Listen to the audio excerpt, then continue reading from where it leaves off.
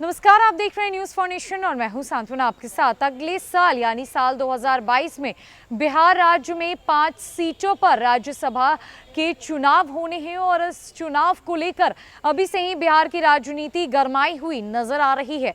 ऐसे में चुनाव की तैयारियां अभी से ही जारी है। बता दें कि बिहार में जदयू, भाजपा और राजद के कई बड़े नेताओं का कार्यकाल अगले साल जुलाई में समाप्त होने जा रहा है, जिसके बाद बिहार राज्य में 5 सीटों पर राज्यसभा के चुनाव कराए जाएंगे। क्या कुछ हलचल चल रही है राज्यसभा चुनाव को लेकर और किन बड़े नए चेहरों का नाम सामने आ रहा है, किन नए चेहरों को तवज्जो दी जाएगी इस राज्यसभा चुनाव के दौरान और किन पुराने चेहरों को एक बार फिर से रिपीट कराया जाएगा, क्या कुछ अपडेट आ रही है राज्यसभा चुनाव को लेकर, आइए इसकी पूरी जानकारी आपको देते हैं। नए साल में बिहार में राज्यसभा की 5 सीटों पर होने वाले चुनाव को लेकर राजनीतिक गलियारे में बड़े स्तर पर सरगर्मी रहेगी। जदयू, राजद और भाजपा के कई महत्वपूर्ण लोगों का कार्यकाल अगले वर्ष 7 जुलाई को खत्म हो रहा है।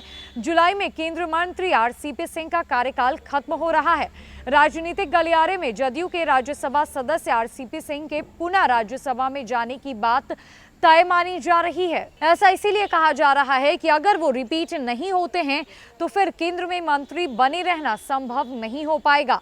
इसी तरह राजद सुप्रीमो लालू प्रसाद यादव की पुत्री डॉक्टर मीसा भारती को भी रिपीट होने की चर्चा है। उनका कार्यकाल भी अगले वर्ष 7 जुलाई को खत्म हो रहा है। भाजपा के पुराने नेताओं में शुमार गोपाल नारायण सिंह व सतीश चंद्र दुबे का कार्यकाल भी अगले वर्ष 7 जुलाई को खत्म हो रहा है।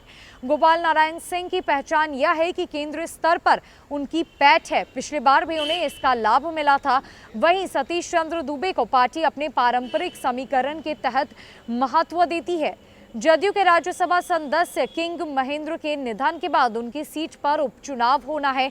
राजनीतिक गलियारे में उनकी सीट पर जातिगत समीकरण को ध्यान में रखते हुए उन्हीं की जाति के एक पुराने नेता का नाम चर्चा में लगातार सामने आ रहा है। वो पूर्व में राज्यसभा में भी रहे हैं।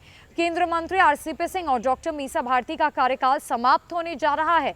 भाजपा के सतीश चंद्र दुबे और गोपाल नारायण की सीट भी खाली होगी।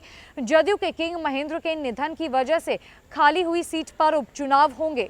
ऐसे में जहां एक तरफ बिहार राज्य में आने वाले अगले साल यानी साल 2022 में 5 सीटों पर राज्यसभा के चुनाव होना निश्चित है। 7 जुलाई को अगले साल सभी नेताओं का कार्यकाल समाप्त होने जा रहा है। उसके साथ ही आपको यह भी बता दें कि जदयू के सांसद किंग महेंद्र का निधन हो चुका है, जिसके बाद उनकी सीट पर भी उपचुनाव कराए जाएंगे और इसको लेकर बिहार की राजनीति पर सरगर्मी तेज होती हुई नजर आ रही है। साथ ही साथ जातिगत समीकरण को देखते हुए उनकी ही जाति के एक पुराने नेता का नाम लगातार चर्चा का विषय बन चुका है। अब देखना यह है कि उनकी सीट पर जदयू के तरफ से कौन से नेता चुनाव लड़ेंगे और उनकी जगह लेंगे। फिलहाल के लिए इतना ही है। कई अपडेट्स के लिए हमारे साथ बने रहिए न्यूज़ फॉर नेशन में। नमस्कार।